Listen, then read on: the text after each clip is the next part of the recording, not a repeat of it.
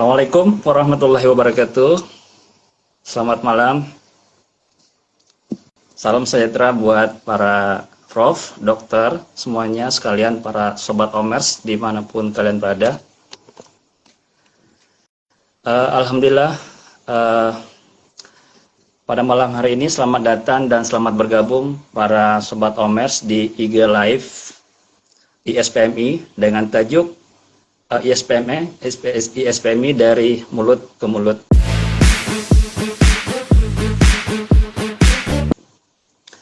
Malam ini saya sebagai moderator Dr. Gigi Yus Haider SPPM dengan kehadiran narasumber yang hebat kita Dr. Dwi Setianentias SPPM konsultan atau sering disapa Dr. Anik. Selamat malam Dr. Anik. Cantik sekali dok malam hari ini. Dr. Yus, terima kasih. Sehati ya kita, Dr. Yus pakai warna. Ini warna hijau Tosca gitu ya dok ya. Iya. Mudah-mudahan dengan nggak janjian ya, padahal nggak janjian. Iya, benar dok, nggak janjian. Jadi mudah-mudahan dengan warna cerah gini memberikan nuansa-nuansa damai ya dok ya pada malam ini untuk menerima ilmu dari dokter. Ya. Tepatnya sharing mungkin ya dok, sharing. Oke dok, iya. Jadi dokter Ani ini bertugas di Rumah Sakit RSAL Dr. Ramelan Surabaya ya dok ya? Iya. Oke dok ya. Alhamdulillah pada malam hari ini kita akan membahas topik dengan judul penyakit mulut pada anak ya. Yang mana kita ketahui bersama bahwa penyakit mulut pada akhir-akhir ini cukup sering ya terjadi di masyarakat karena kita ketahui bersama bahwa kondisi kesehatan anak itu sangat mempengaruhi kesehatannya ya secara keseluruhan dan akan mempengaruhi juga tingkat perkembangan anak itu sendiri. Oleh sebab itu menjadi perhatian buat para sobat Omers, para orang tua untuk memperhatikan kesehatan anaknya ya, karena ini tentunya sangat erat kaitannya dengan kesehatan rongga mulut anak kita. Oke, monggo dok untuk sering memberikan sharing kepada kita semua para Omers yang ada di rumah. Mudah-mudahan ini bisa memberikan solusi jawaban tentang apa yang dialami sobat-sobat Omers anak tentang kesehatan rongga mulutnya. Monggo dok, silahkan. Ya. Assalamualaikum warahmatullahi wabarakatuh. Salam sejahtera bagi kita semuanya. Halo, selamat malam semua sobat Omers dari seluruh Indonesia.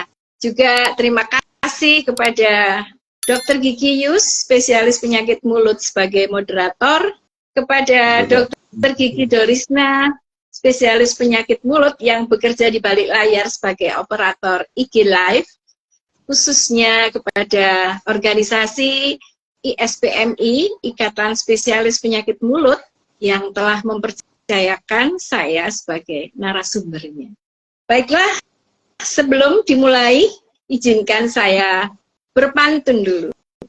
Mentari tenggelam menjelang petang, burung kasuari mondar-mandir. Kami ucapkan selamat datang. Terima kasih atas berkenan sudah hadir. Begitu Dokter Yus. Luar biasa dok pantunnya ya. Kayaknya gimana gitu dok ya, luar biasa pantunnya dokter. Masya Allah. Oke, terima kasih. Jadi topik kali ini adalah penyakit mulut pada anak gitu ya.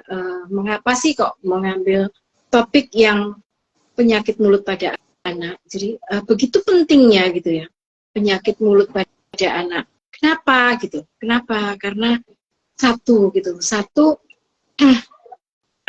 pada anak ini sedang terjadi fase pertumbuhan dan perkembangan yang sangat pesat gitu. Jadi kita sangat penting memperhatikan kesehatannya. Dan yang kedua, pada anak ini adalah suatu aset yang berharga atau investasi bagi suatu bangsa. Jadi memang benar-benar harus dijaga kesehatan keseluruhannya termasuk mulut. Dan yang ketiga, mulut ini adalah organ yang sangat penting gitu karena memiliki fungsinya yang banyak. Jadi mulai makan gitu ya, menelan makanan untuk pencernaan, kemudian untuk berbicara, kemudian bisa juga untuk tersenyum, untuk estetik gitu. Bisa dibayangkan ketika anak mengalami sakit pada rongga mulutnya, maka semua aktivitasnya akan terganggu. Pasti dia akan rewel, pasti dia tidak mau makan. Ketika dia di sekolah juga tidak bisa menerima pelajarannya dengan baik. Jadi semuanya pasti akan terganggu. Kalau dia sudah tidak mau makan, maka nutrisinya akan berkurang dan berakibat kepada fase tumbuh kembangnya anak-anak ini. Nah, sebagai saya tadi sudah disebutkan oleh Dr. Gigi Yus bahwa saya bekerja di Rumah Sakit Angkatan Laut Ramlan. Itu adalah suatu rumah sakit tipe 1 ya. Jadi di situ banyak kasus-kasus yang dari tipe 2 yang sudah tidak bisa menangani, akhirnya dirujuk ke kami. Nah, yang terbanyak kasus-kasus di dalam anak itu adalah lidahnya berselaput. Oh ya, jadi kita ini dokter gigi spesialis penyakit mulut sebetulnya adalah yang lebih banyak menangani tentang jaringan lunak gitu. Jaringan lunak dalam rongga mulut itu apa saja? Ya gusi, ya lidah, ya pipi dalam gitu, bibir gitu. Tapi memang tidak menutup kemungkinan kita tetap juga yang berhubungan dengan gigi gitu ya. Jadi yang terbanyak adalah lidah. Pada lidah itu terjadi selaput putih ya, yang bisa disebabkan karena jamur atau karena ketidaktahuan anak dan orang tuanya bahwa lidah itu harus dibersihkan, sehingga kalau tidak dibersihkan akan terjadi selaput putih meskipun bukan jamur, tapi itu berupa sisa-sisa makanan. Kalau yang selaput putih kadang menimbulkan sakit, ada juga yang tidak sakit. Tetapi yang sakit itu ketika anak itu mengalami sariawan. Nah, sariawan itu yang bisa menyebabkan anak sampai tidak mau makan, gitu ya. Kemudian kasus yang baru kami tangani di rumah sakit itu seorang anak gitu umur sekitar 5 tahun gitu. Dia harus opname di ruangan PICU. PICU itu adalah ICU-nya anak-anak pediatri gitu ya. Kenapa? Karena dia mengalami Stephen Johnson syndrome atau lebih lagi TEN namanya ya. Jadi itu adalah suatu alergi karena obat. Jadi yang menyebabkan seluruh tubuhnya dia itu mengalami melepuh seperti orang terbakar, sehingga dia harus opname di PICU. Dan di bibirnya juga mengalami krusta atau kerak gitu sampai kita mungkin hampir sebulan, dan sampai sekarang juga belum keluar anak itu. Jadi itu adalah penyebabnya karena pemberian obat yang belum pernah atau alergi. Jadi itulah pentingnya mengapa anak-anak itu ketika sakit tidak bisa kita memberi obat sembarangan gitu ya. Jangan sampai anak-anak kesayangan kita jadi seperti itu, hanya maksud saya ini hanya masukan aja. Kemudian ada juga ya Dr. Yus. Oke dokter. Ya. Sepertinya memang rongga mulut anak itu sangat penting ya untuk kita jaga ya dok ya. Sebagaimana tadi dokter menyinggung masalah sariawan ini ya dok ya, karena memang sariawan juga menjadi fenomena anak-anak ya di dalam keseharian itu banyak sekali kita menemukan dok. Seperti apa kira-kira sariawan dok di rongga mulut pada anak kita? Iya, kalau sariawan pada anak-anak itu ini ya penyebabnya bermacam-macam. Kadang-kadang anak itu ternyata setelah ditanya dia setiap minum es gitu ya, minum es jadi sariawan, gitu ya. Atau ada juga yang makan mie instan gitu keluar sariawan, gitu ya. Atau kadang sariawannya bisa juga karena virus gitu. Anak ini ada satu anak ini yang saya sudah hafal gitu. Dia kalau sudah kecapean gitu, dia di bibirnya tuh seperti erythema multiformis gitu. Kita sudah tahu, cuman kita di anak-anak ini biasanya kita kasih dikasih vitamin gitu ya. Kadang-kadang kan anak-anak itu ada yang nggak mau susu, ada yang nggak mau sayur, juga itu yang menjadi penyebab, sehingga kadang-kadang tubuhnya itu kan memang anak-anak itu kalau disuruh makan yang sehat, yang bangsanya sayur gitu ya, nggak mau kan dia, nggak mau dia. Jadi sariawannya bisa karena seperti itu, bisa karena yang nutrisinya yang kurang gitu, bisa nutrisinya yang kurang gitu ya. Dan anak-anak ini juga ada yang juga stres, juga ada juga yang kemarin itu karena ini Dok, karena sudah biasa sekolah online, terus dia harus sekolahnya masuk setiap hari, itu juga anak-anak juga sempat stres itu, anak-anak SD Dok, itu. ya. Jadi stres juga amat berperang ya Dok ya di dalam munculnya suatu infeksi atau sariawan ya Dok ya. Jadi stres ini sangat erat sekali kaitannya Dok ya tentang penyakit pada rongga mulut anak ya Dok ya. Iya. Nah tadi juga saya mendengar dari dokter itu ada selaput putih ya Dok ya. Nah, selaput putih ini yang mungkin juga sering banyak terjadi ya dialami oleh anak-anak kita ketika kondisi rongga mulut mereka mengalami daya tahan tubuh ya. Kira-kira penyakit-penyakit seperti apa sih Dok ya, selain tadi mungkin yang dokter sampaikan tentang adanya infeksi karena jamur atau infeksi bakteri. Nah mungkin seperti apa ya Dok ya gambaran lapisan putih itu? Mungkin buat para omes biar lebih tahu mengenali juga.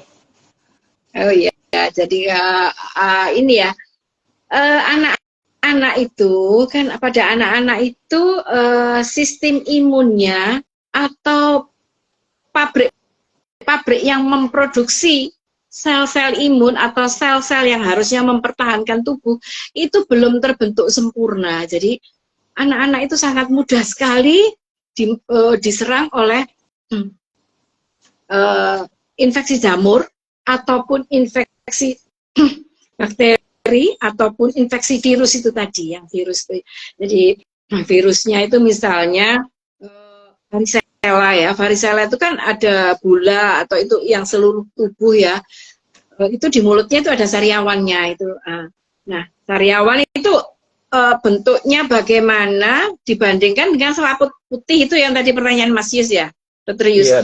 Jadi kalau yang selaput putih itu di lidah itu dia itu ada lebih tinggi gitu, lebih tinggi dari lidahnya, jadi ada penonjolan.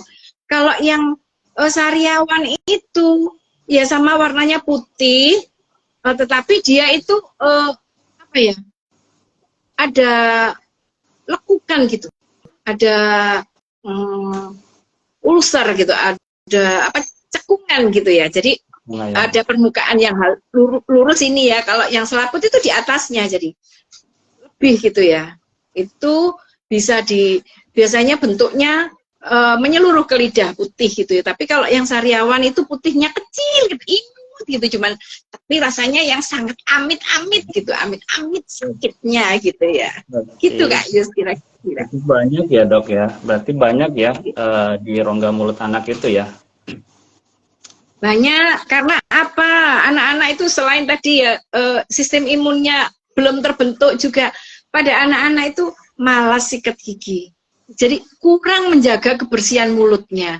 Anak-anak itu kan kayaknya kalau sikat gigi itu kan kayaknya dia merasa nggak penting gitu ya. Kayaknya dia kalau dioprak-oprak orang tuanya. Jadi kayaknya yang penting tuh orang tuanya. Makanya kadang-kadang kita ini ya sebagai orang tua, atau kalau saya sudah lewat itu ya sebagai nenek mungkin ya kalau saya, pentingnya memberi pengetahuan kepada anak gitu ya.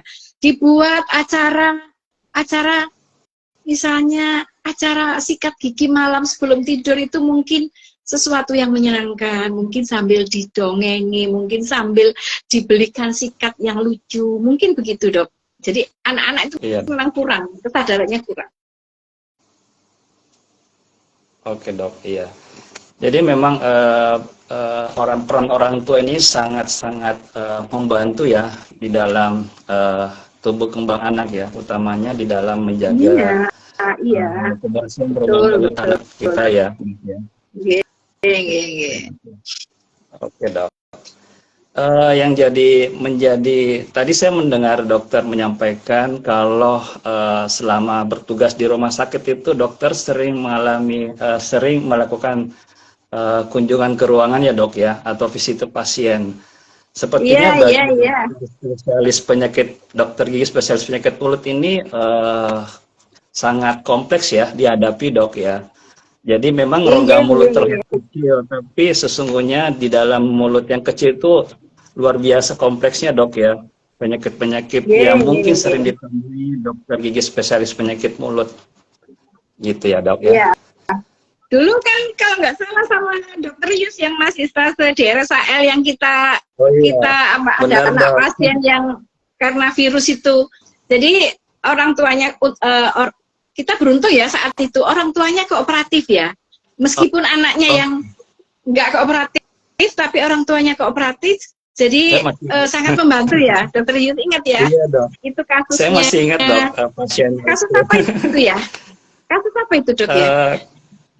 Itu siapa ya, Kaiser ya kalau nggak salah ya dok ya. Jadi memang dia anak itu primary herpetik gingivostomatis ya kayak primary herpetik gingivostomatis ya dok ya.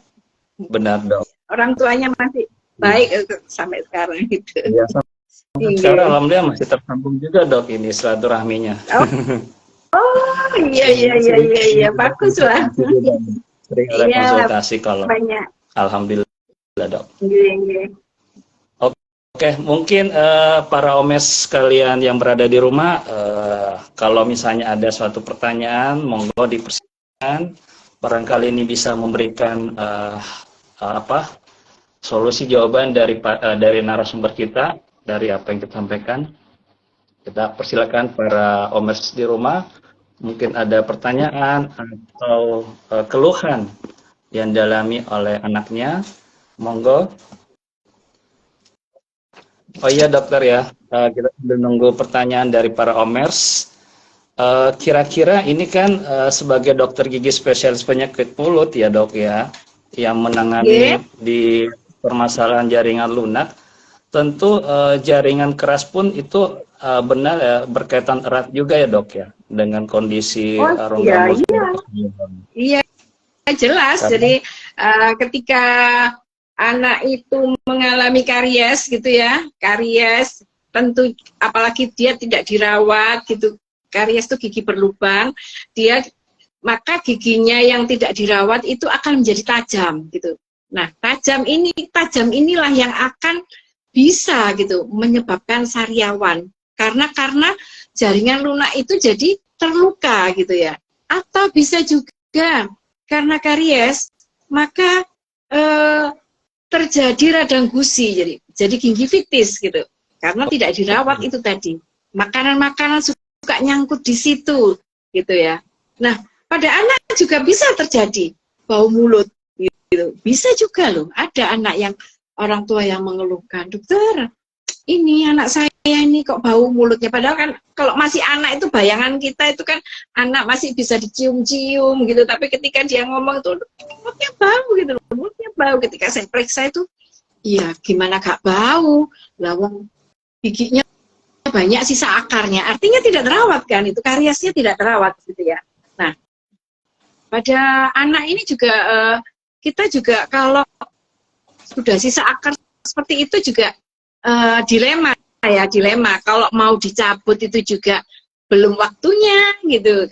Kalau belum waktunya dicabut itu nanti gigi yang akan di bawahnya tumbuh itu juga nanti jadi jadi berdesakan begitu ya tak, kalau dicabut duluan gitu. Kalau nggak dicabut juga kadang-kadang anak itu nanti jadi abses gitu. Abses itu ya gusinya bernanah gitu.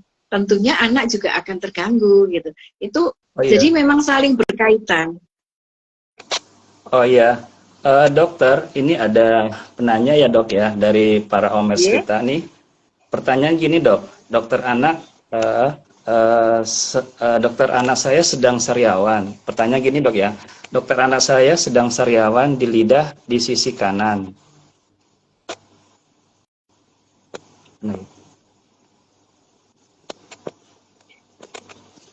Sehingga anaknya tidak mau makan.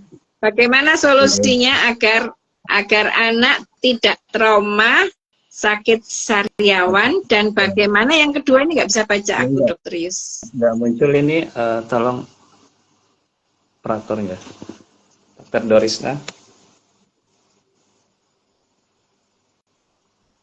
Sehingga anaknya tidak mau makan. Nah ini, jadi ini orang tua. Jadi kalau anaknya sampai nggak makan itu loh, kan anaknya pastinya ya bisa mendapat intake makannya low intake dan menjadi bisa kalau dibiarkan akan menjadi undernutrisi. Tapi pada saat pemeriksaan lidahnya terlihat normal saja. Kiranya penyebabnya apa ya dok? Gitu. Nah, makanya ibu kalau ada sariawan, kemudian yang sariawan itu kan ini ya bu, sariawannya kan ada di pipi dalam kanan dan kiri, tetapi lidahnya nggak apa-apa gitu kan sepertinya ya dok. Nah, kalau lidahnya ya nggak apa-apa bu, yang sakit kan yang di pipinya gitu. Nah, tapi saat pemeriksaan lidahnya normal, kira-kira penyebabnya apa ya dok? Nah, gini ya bu ya, kalau ada sariawan itu penyebabnya antara satu orang dengan yang lain itu tidak sama. Yang seperti yang saya ceritakan tadi, ada yang anak sariawan ketika dia minum es di sekolahnya, ada karena yang makan mie instan, ada yang karena anak itu kena virus gitu. Misalnya temennya ada yang habis kena cacar atau cacar air, atau kalau orang Jawa bilang cangkrangan gitu ya. Itu mulutnya juga terjadi sariawan gitu. Yang mana gitu? Apakah anak ini sedang stres? Kalau mau ulangan tuh anak-anak itu jangan dikira anak SD itu tidak stres. Stres juga gitu. Kita harus mencari dulu bu. Makanya kita harus melakukan, kalau dokter gigi itu namanya deep anamnesis. Jadi harus melakukan tanya jawab yang benar-benar kita mengarahkan. Apakah anak ini alergi juga gitu terhadap susu tak apa gitu bu. Jadi memang harus diperiksa. Kalau apalagi dia kalau sudah berulang kali ya bu. Kalau berulang kali mungkin perlu memeriksakan kepada dokter gigi spesialis penyakit mulut. Nah, ibu ini tinggalnya di mana? Gimana dokter Yus caranya kalau mencari dokter gigi spesialis penyakit mulut yang terdekat? Oh iya, para omers bahwa di website kita itu ada fitur-fitur untuk menemukan dokter gigi spesialis ya. Jadi nanti para omers, para masyarakat yang ingin mencari dokter gigi spesialis tinggal mengetik ya di daerah, karena di seluruh Indonesia insya Allah sudah tersedia semua dokter-dokter gigi spesialis di seluruh Nusantara. Oh iya dokter, ini ada pertanyaan lagi ya dok ya. Ini ada pertanyaan lagi dok. Mohon izin dok. Nah, ini dok pertanyaannya, bagaimana pengobatan pada penyakit flu atau Singapura, hand, foot, and disease? Hand, foot, and mouth disease. Oke ya. Karena mulut anak penuh sariawan, jadi makan dan minumnya itu agak kesulitan ya dok. Iya. Bagaimana pengobatan? Jadi ada namanya hand, foot, and mouth disease. Itu biasanya itu sebetulnya penyakit pada sapi ya, tetapi itu kalau di manusia itu disebut juga flu Singapura itu dok. Jadi luka-lukanya itu hanya di tangan, kaki, dan mulut gitu. Nah, kalau yang di mulut sampai banyak begitu pun nggak bisa, anak itu nggak bisa makan, sudah berapa hari, ya terpaksa harus dibawa ke rumah sakit untuk dilakukan opname gitu. Opnamenya bisa nanti bekerja sama antara dokter gigi spesialis penyakit mulut dan dokter anak gitu. Kalau sudah ditangani di rumah sakit, kalau sudah nggak mau makan gimana? Jadi dia harus diinfuskan, dia harus diinfus. Nah, kemudian untuk sementara dia kalau mulutnya seperti itu banyak ya itu tadi harus diberikan pereda rasa sakit. Kemudian anaknya itu berberapa ya kira-kira? Kalau anaknya sudah bisa kumur gitu ya, sudah agak besaran ya kita kasih ada namanya obat kumur yang memang bisa menghilangkan rasa sakit gitu. Di samping menghilangkan keradangan, menghilangkan rasa sakit, juga mengandung antiseptik untuk membunuh kuman. Jadi gitu ya Bu ya. Ada namanya. Atau juga bisa juga dengan ekstrak lidah buaya juga bisa Bu. Itu tadi pertanyaannya. Dokter Yus ini ya apa nge-lag ya itunya.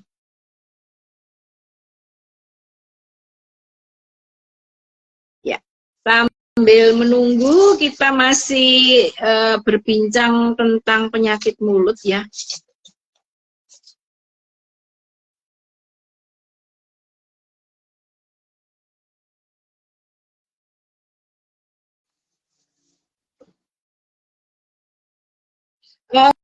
Ini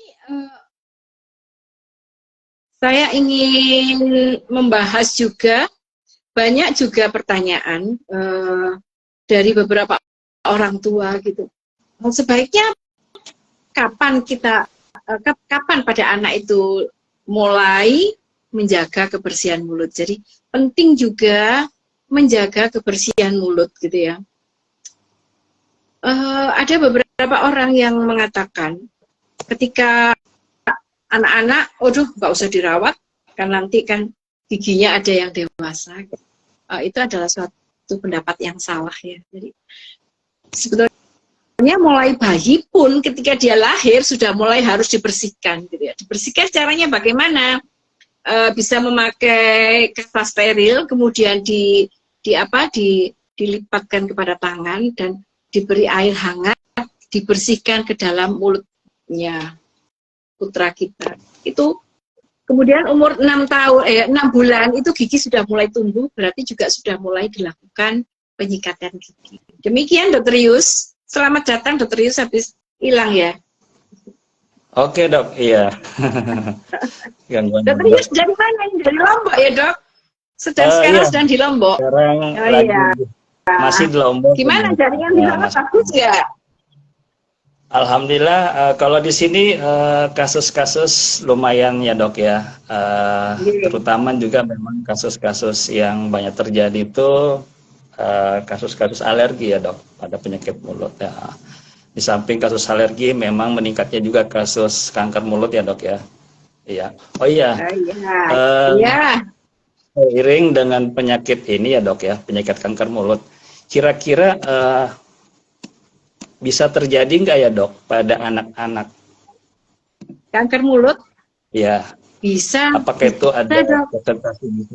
Ya, biasanya kalau yang kanker mulut itu bukan kanker yang ada di lidah kayak orang yang sudah berumur gitu ya.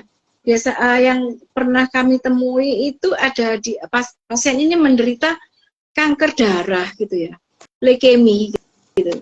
Itu leukemi kan memang bisa menyerang siapa saja gitu ya. Biasanya itu kita diminta rawat bersama, atau juga pernah ada pasien tuh menderita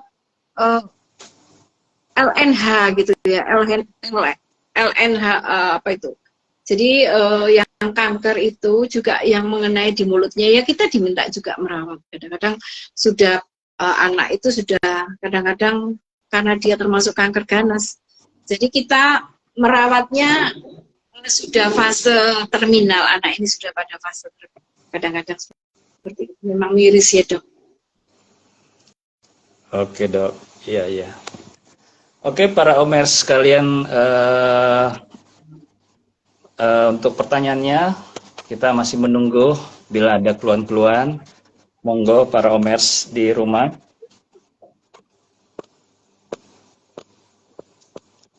Oh iya, dokter ini ada pertanyaan.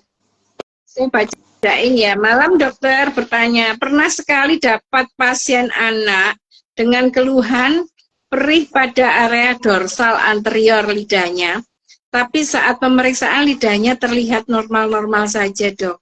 Oh ini tadi mungkin yang tadi tanya ya, kira-kira penyebabnya apa? Dorsal anterior yang perih. Ya, kalau Oke, dia iya, dok. tidak, iya, kalau misalnya tidak ada sariawan, mungkin dia berupa daerah kemerahan aja, itu mungkin berarti ada erosi. Eh, kalau lidah anterior, kemudian bisa ditanya, ini pasien anak ya, pasien anak. Pasien anak. Kemungkinan bisa juga dia menderita apa itu geographic tongue gitu ya. Geographic tongue itu ada yang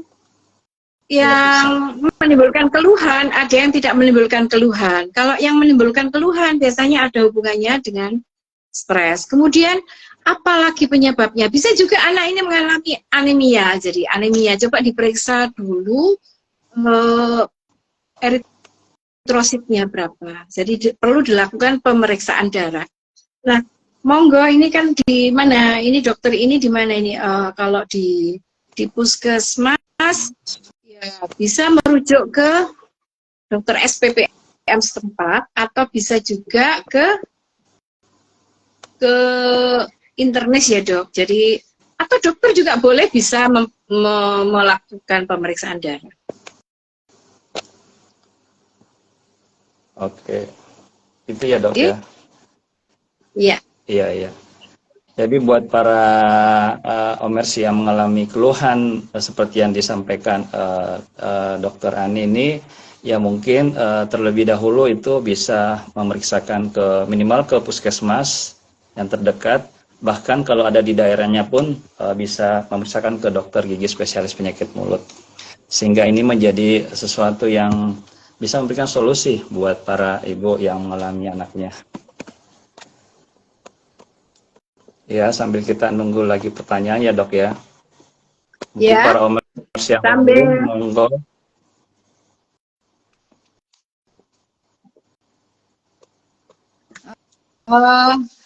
kemudian ada juga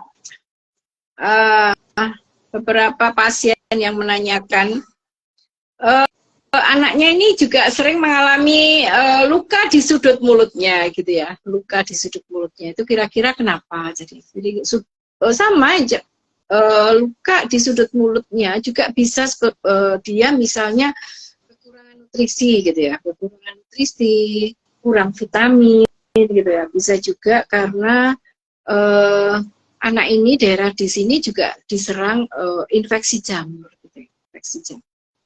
Oh, iya. Kemudian ini dok, juga ya ada pertanyaan yang masuk nih dok ya. yeah. Dari omers ini sariawan yang berulang pada anak, apakah itu bisa disembuhkan dok? Yeah. Sariawan yang berulang pada anak, ya, apakah jadi sariawan bisa berulang. disembuhkan? Jadi memang sariawan berulang ini sudah saya ceritakan tadi bahwa penyebabnya juga banyak gitu. Antara lain penyebabnya adalah genetik. Jadi genetik itu keturunan ya. Jadi seperti saya ini sering sariawan, maka kedua anak saya itu juga ketika dia lagi hektik itu pasti dia sariawan. Nah, apakah bisa disembuhkan gitu ya? Kita lihat dulu nih penyebabnya apa nih? Penyebabnya apa? Kalau misalnya dari stres gitu ya, dari stres ya mungkin orang tuanya bisa membantu untuk mengelola stres, atau mungkin orang tuanya atau bisa ke dokter tadi ya, ke dokter spesialis penyakit mulut. Dokter spesialis penyakit mulut akan membantu gitu ya, membantu memberi checklist gitu, checklist kira-kira apa sih mesti ditengeri, apakah habis makan pindang gitu ya, apakah habis makan seafood gitu ya, itu berarti anak ini alergi gitu ya, alergi. Jadi ada juga pasien di rumah sakit bersama dokter dokter yang spesialis penyakit mulut dalam itu. ya dok ya? Iya, enggak, yang stase di RSAL itu kan memang mencari kasus gitu ya. Ada yang pasien memang 10 tahun itu dia sariawan terus. Kemudian kalau PPDS itu kan memang dia harus mencari benar-benar apa sih sebabnya. Dilakukanlah tes alergi, jadi ternyata pasien ini alerginya sama kasurnya itu pakai kapuk gitu, pakai yang masih kapuk. Jadi pasiennya ini diminta untuk ganti pakai busa juga tidak mau ya, karena sepertinya dia tuh orang-orang yang apa ya, yang tidak bisa lah, ekonomi lemah gitu. Apakah bisa disembuhkan? Makanya tergantung gitu. Harus telaten gitu. Kalau misalnya dia bolak-balik kumat, ya dokternya akan melakukan pemeriksaan darah gitu. Besok lagi kalau masih nggak apa-apa gitu ya, dilakukan lagi cek alergi gitu. Harus harus telaten, Bu. Kalau misalnya ketemu sebabnya, ya bisa diminimalisir.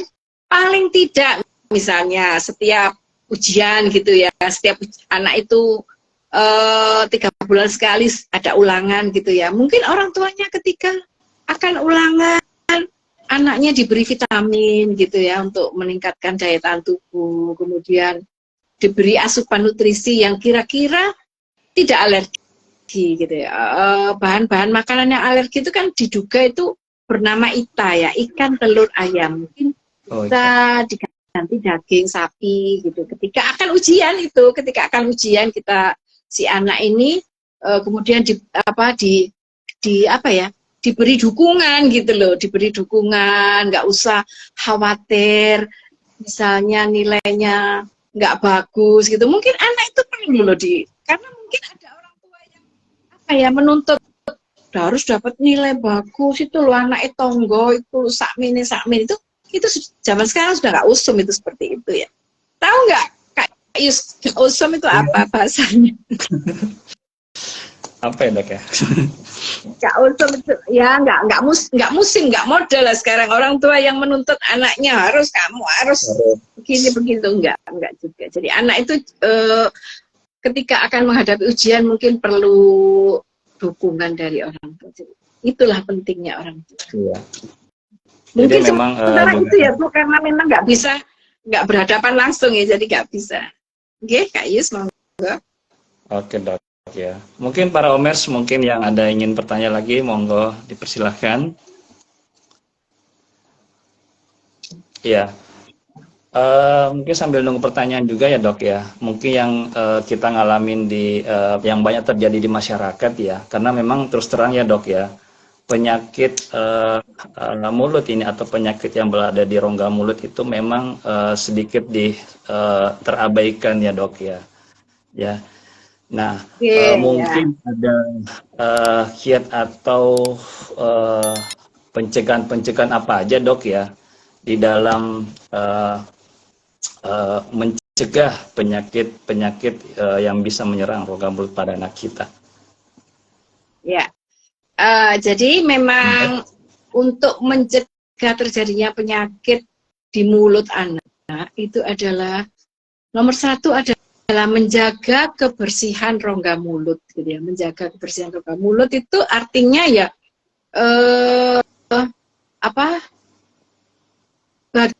bagaimana cara menyikat gigi yang benar, sehari berapa kali, itu mungkin perlu diterapkan ya. Kemudian yang paling penting kapan gitu, malam hari itu penting gitu ya, karena kan mencegah malam hari itu kuman-kuman itu sedang asik-asiknya gerilya gitu, karena pada saat tidur itu ludahnya itu mengering, berkurang karena tidak ada aktivitas. Nah, padahal fungsi ludah itu adalah untuk melindungi dari kuman-kuman itu. Ketika dia nggak gosok gigi, banyak sisa makanan, udahlah, makhluk-makhluk gaib yang ada di mulut kita, penduduk itu dia akan memangsa gitu, gigi kita akan jadi lubang, dan itu jadi sumbernya gitu, sumbernya. Kemudian misalnya diberitahu bahwa ternyata bukan hanya gigi yang disikat gitu, tapi juga lidah juga perlu. Kemudian apalagi, anak diberikan nutrisi yang cukup gitu. Mungkin itu pekerjaan orang tua yang menurut saya agak sulit ya. Jadi kadang-kadang anak ini sulit makan gitu. Kalau saya bisa merasakan, kalau sulit makan, kemudian orang tua itu cari gampangnya ya. Mesti makanannya yang ada, yang gampang apa. Dan anak itu suka pasti apa yang misalnya frozen itu. Itu kadang-kadang kan apa ya, gizinya juga mungkin kurang gitu ya. Nah, itu kemudian gizi seimbang ya, gizi seimbang. Jadi gizi seimbang itu kalau zaman kita dulu tuh 4 sehat 5 sempurna kan. Kalau sekarang itu adalah gizi seimbang, jadi protein yang harus lebih banyak gitu ya. Kemudian nutrisi, kemudian yang paling penting adalah anak itu dikenalkan dengan dokter gigi minimal setahun 2 kali. Siapa tahu ada gigi karies gitu. Orang tua kan nggak tahu, taunya nggak apa-apa kok gitu ya. Atau kalau ke dokter gigi juga akan mengingatkan, oh ini lidahnya putih-putih Bu, ini ada jamur gitu ya. Kira-kira seperti itu, Dokter Yus? Oke. Ya dok ya. Jadi memang pentingnya untuk menjaga kebersihan mulut ini bagi para orang tua untuk sering-sering memperhatikan ya kebersihan mulut anaknya. Ya, mungkin para sahabat Homers di rumah, bila masih ada ini, kita mungkin kurang lebih 7 menit lagi ya, kita akan segera mengakhiri acara ini. Ya. Udah berakhir ya Kak Yus ya ternyata ya. Udah berakhir ya. 1 jam ya. Para Omers ini untuk menonton IG Live ini juga bisa dinonton langsung di IG ispmi.org.id. Dan dapat juga nonton di YouTube ya, di youtube.com/ispmi ini dan di SPMI, dan di FB ispmi podcast dari mulut ke mulut, serta di Twitter @ispmi_get_with. Oke.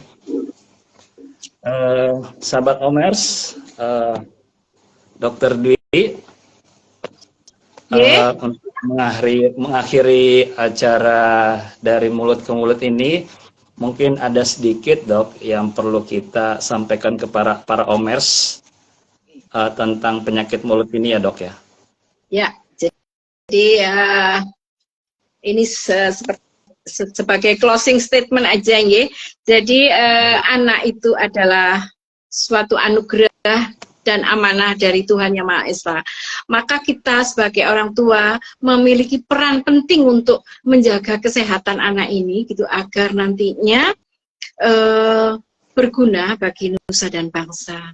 Nah, kira-kira sampai sekian, dan izinkan Kak Yus, saya di akhir ini akan berpantun lagi gitu ya. Oke, dok. Jalan-jalan ke Surabaya, ya, jalan-jalan ke Surabaya, jangan lupa beli makanan.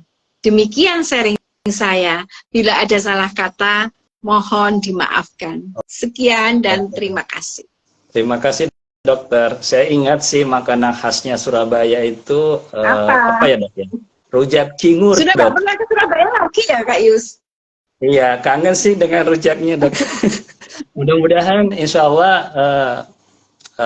ini ya, ada seminar ya dok ya. Iya, kulinernya Surabaya yang bikin kangen memang. Oke, mudah-mudahan bisa ke sana karena kangen dengan rujaknya. Iya. Oke. Terima kasih. Selamat malam Sobat Omar. Sampai jumpa di episode yang lain dengan narasumber yang tidak kalah cetarnya. Terima kasih. Oke. Terima kasih para Omers di rumah. Terima kasih Dokter Ani yang sudah menyempatkan waktunya Mudah-mudahan pencerahan dan memberikan manfaat buat kita semua. Terima kasih. Assalamualaikum warahmatullahi wabarakatuh. Waalaikumsalam warahmatullahi wabarakatuh.